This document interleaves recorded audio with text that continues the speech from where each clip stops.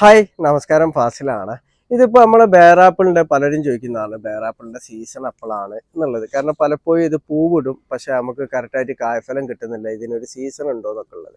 അപ്പോൾ ബേറാപ്പിളിൽ നമ്മളൊരു സീസണായിട്ട് പറയുന്നത് ഈ ഒരു ടൈമൊക്കെ തന്നെയാണ് കേട്ടോ. വെച്ചാൽ ഒക്ടോബർ, നവംബർ, ഡിസംബർ, ജനുവരി മാസങ്ങളിലാണ്. ആ ടൈമിൽ പൂവിട്ട് കഴിഞ്ഞാൽ നമുക്ക് കറക്റ്റായിട്ട് നമുക്ക് കായ്ഫലം കിട്ടുന്നതാണ് കേട്ടോ. അപ്പോൾ ഈ ഒരു ടൈമിൽ നമ്മൾ ശ്രദ്ധിക്കേണ്ട കാര്യങ്ങൾ എന്തൊക്കെയാണെന്ന് വെച്ചാൽ മണ്ണിൽ എപ്പോഴും ഈർപ്പുണ്ടാവും എന്നുള്ളത് നമ്മൾ ഉറപ്പ് വരുത്തണം.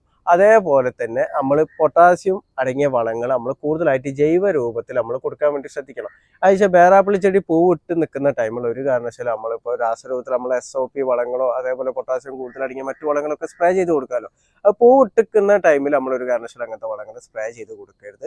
നമ്മൾ കൂടുതലും ജൈവ രൂപത്തിൽ പൊട്ടാസ്യം കൂടുതൽ അടങ്ങിയിട്ടുള്ള വളങ്ങൾ നമ്മൾ ചെടികളുടെ ചുവട്ടിൽ സ്ലറി ആയിട്ടോ അതേപോലെ ഖരാവസ്ഥയിലുള്ള വളങ്ങളായിട്ടോ നമുക്ക് ഇട്ട് കൊടുക്കാം. അപ്പോൾ നമുക്ക് ബയോ പൊട്ടാഷ് ഇട്ട് കൊടുക്കാം, ചാരം കമ്പോസ്റ്റ് ആക്കിയിട്ട് ഇട്ട് കൊടുക്കുക, അങ്ങനെയൊക്കെ ആയിട്ട് ജൈവ രൂപത്തിൽ പൊട്ടാസ്യം കൊടുക്കുക. അതേപോലെ തന്നെ മൈക്രോ ന്യൂട്രിയൻസ് നമ്മൾ കറക്റ്റായിട്ട് കൊടുക്കുക.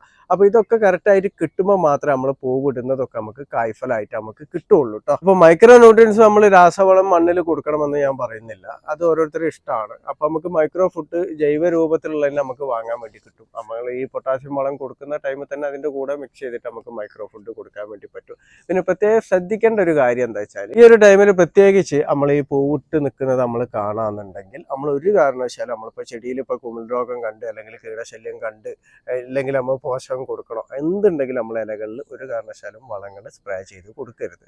കാരണം എന്താ വെച്ചാൽ നിങ്ങൾ മനസ്സിലാക്കണം, ഇത് ചെറിയ പൂവാണ്. ഇത് വിരിഞ്ഞ് നിൽക്കുന്ന ഈ ഒരു ടൈമിൽ നമ്മൾ അതിലേക്ക് വെള്ളം എന്ത് സ്പ്രേ ചെയ്ത് കൊടുത്താലും ആ പൂക്കൾ ഫംഗൽ ഇൻഫെക്ഷൻ വന്നിട്ട് അത് കരിഞ്ഞു പോവുകയാണ് ചെയ്യുക. അപ്പം നമ്മൾ ഈ പൂവിടുന്നൊന്നും നമ്മൾ കറക്റ്റായിട്ട് കായായി കിട്ടൂല. കാരണം പലരും ചെയ്യുന്നതാണ്. കാരണം ഇതിൽ ഫംഗൽ ഇൻഫെക്ഷൻ കാണുന്നുണ്ട്, കുമിൾ രോഗം കാണുന്നുണ്ട് എന്ന് പറഞ്ഞിട്ട് കീടനാശിനി സ്പ്രേ ചെയ്ത് കൊടുക്കും.